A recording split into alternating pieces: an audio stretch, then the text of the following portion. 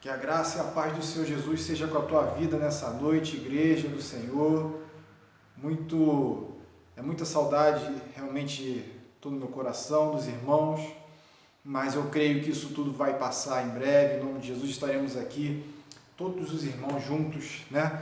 Buscando, louvando ao Senhor, juntamente, num só coração, num só espírito. Que Deus abençoe a tua vida nessa noite, que a graça do Senhor venha sobre a tua família. Quero trazer uma meditação na palavra do Senhor, pão para nossas vidas nessa noite, pão espiritual, amém? Que está lá em Romanos, capítulo 7, a partir do versículo 18, Paulo falando, diz assim a palavra de Deus, o texto sagrado. Porque eu sei que em mim, isto é, na minha carne, não habita bem algum, e com efeito o querer está em mim, mas eu não consigo realizar o bem, porque não faço o bem que quero, mas o mal que eu não quero, este eu faço. Ora, se eu faço o que não quero, já não faço eu, mas o pecado que habita em mim. Versículo 22, porque segundo o homem interior, tenho prazer na lei de Deus, mas vejo nos meus membros outra lei, que batalha contra a lei do meu entendimento, e me prende debaixo da lei do pecado que está nos meus membros. Miserável homem que eu sou, quem me livrará do corpo desta morte? Dou graças a Deus por Jesus Cristo, nosso Senhor. Assim que eu mesmo, com o meu entendimento, sirvo a lei de Deus, mas com a carne, a lei do pecado. Paulo está falando aqui de um conflito, de uma batalha, de uma guerra acontecendo no seu interior. É a guerra travada entre a carne e o espírito.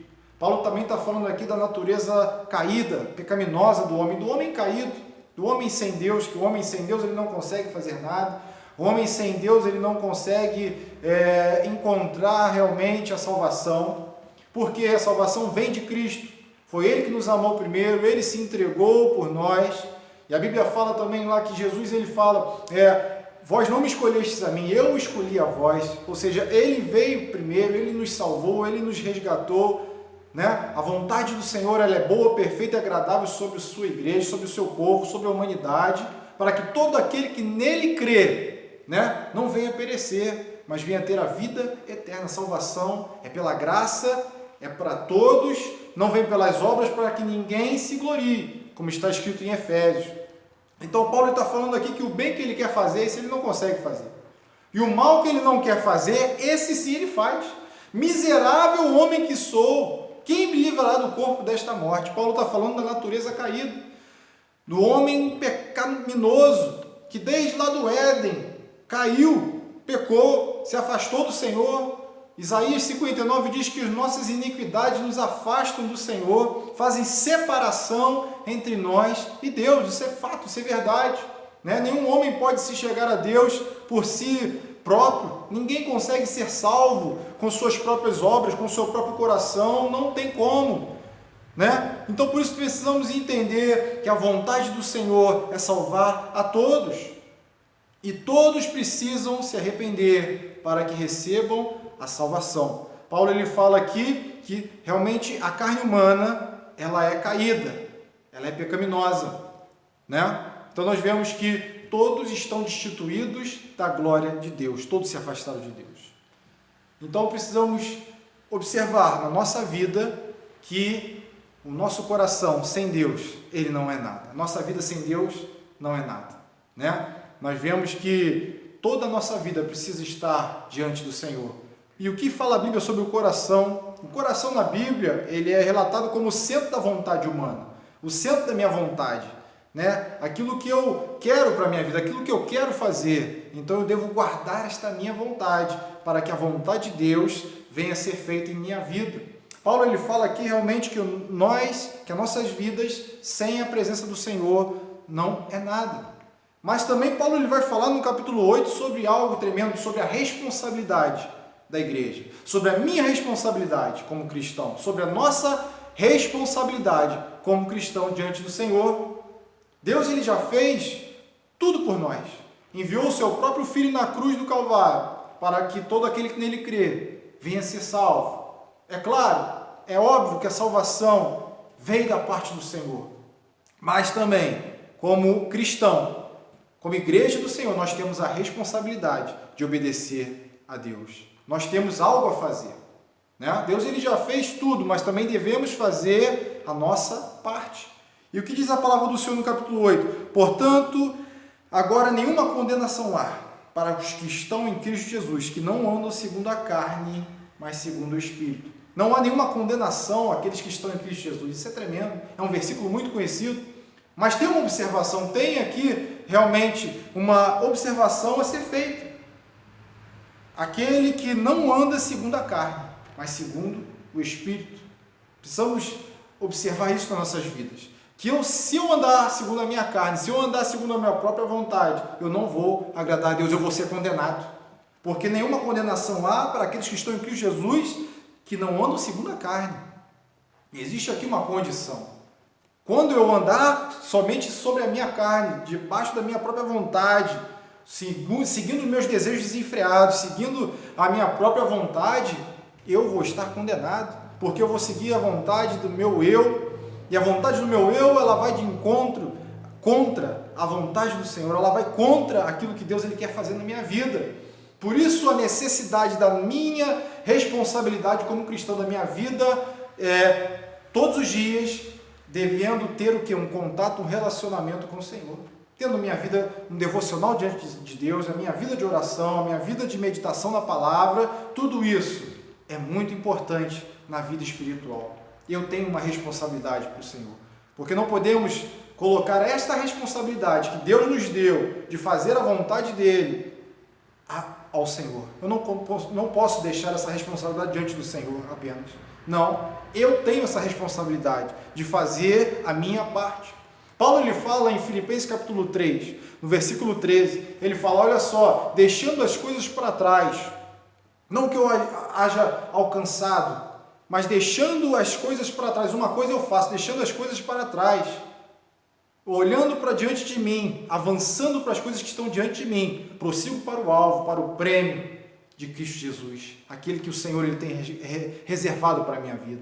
O que Paulo está falando? Eu devo deixar o pecado para trás, devo deixar as coisas morrerem, aquilo que realmente me tirava da presença de Deus, aquele pecado que eu costumava fazer, aquela maneira vã de viver que eu tinha, eu devo deixar para trás. Aquele velho hábito que eu fazia, que não agradava a Deus, eu devo deixar para trás. As coisas passadas, eu devo deixar para trás. E eu devo prosseguir para o alvo, prosseguir para as coisas novas, pensamentos novos, práticas novas, relacionamentos santificados, uma vida que agrada ao Senhor. E é algo interessante que Paulo fala no capítulo 8, é que ele vai falar sobre a inclinação. Ele fala, porque a inclinação da carne é morte, mas a inclinação do Espírito é vida e paz. Ou seja, aonde meu coração se inclinar, isso ele vai obedecer. Se o meu coração estiver inclinado somente para a carne, eu não vou obedecer a Deus, eu não vou conseguir agradar a Deus. Eu não vou conseguir glorificar ao Senhor com as minhas atitudes, porque no versículo 8 fala, portanto, os que estão na carne não podem agradar a Deus. Eu não consigo agradar a Deus se eu vivo apenas para comer, se eu vivo apenas para beber, se eu vivo apenas para satisfazer os meus desejos carnais, apenas para satisfazer a minha vida carnal, apenas eu vivo me importando com a minha saúde física, que eu devo me importar com a minha saúde física, isso é claro, nosso corpo é templo do Espírito Santo, mas o que eu posso entender aqui, que a nossa vida não é somente pão, a nossa vida não é somente esta terra, a nossa vida não está nesta terra, a nossa vida está com o Senhor, que eu devo observar as coisas eternas e não as coisas terrenas. O foco da minha vida não pode estar nas coisas passageiras, nas coisas terrenas, nas coisas que passam, nas coisas momentâneas, mas o foco da minha vida deve estar naquilo que é eterno, preparado, reservado para mim. Isto deve fazer parte das nossas vidas, essa responsabilidade de fazer a vontade do Senhor, porque muitos pensam que Deus ele vai salvar a todos, no final de tudo, Deus vai perdoar a todos. Irmão, não é bem assim. Aqueles que seguirem a vontade do Senhor, aqueles que andarem segundo a vontade do Espírito, esses vão ser salvos, esses vão ser, aleluia, perdoados, porque aquele que perseverar até o fim, este sim será salvo. Uma vez salvo, sempre salvo. Eu não posso manter o meu coração baseado nesta teoria, porque uma vida que anda na carne não consegue agradar a Deus. É claro que eu mesmo não vou conseguir ser salvo. Nós não vamos conseguir ser salvos pelas nossas próprias obras, porque Efésios fala que a salvação vem pela graça. Não vem pelas obras para que ninguém se glorie, mas precisamos também observar e entender que a nossa vida tem uma responsabilidade de obedecer à vontade do Senhor. Eu devo obedecer à vontade do Senhor. Colossenses 3,5 diz: mortificai os vossos membros carnais, mortificai os vossos membros impuros. Eu preciso mortificar, eu preciso fazer algo. Uma coisa eu faço, deixando essas coisas para trás e olhando para as coisas que estão diante de mim, prossigo para o alvo. Eu prossigo e eu deixo para trás. Ou seja, eu tenho a responsabilidade de deixar as coisas para trás. De realmente não deixar os meus pensamentos se poluírem com o pecado, com as coisas do mundo. Mas eu devo ser renovado pela presença do Espírito Santo. Precisamos buscar aquilo que Deus tem para nossas vidas. Que Deus abençoe tua vida nessa noite. Que a graça do Senhor esteja sobre a tua vida. E que nós venhamos compreender a nossa responsabilidade como cristãos nessa geração. Que Deus te abençoe, em nome de Jesus. Amém.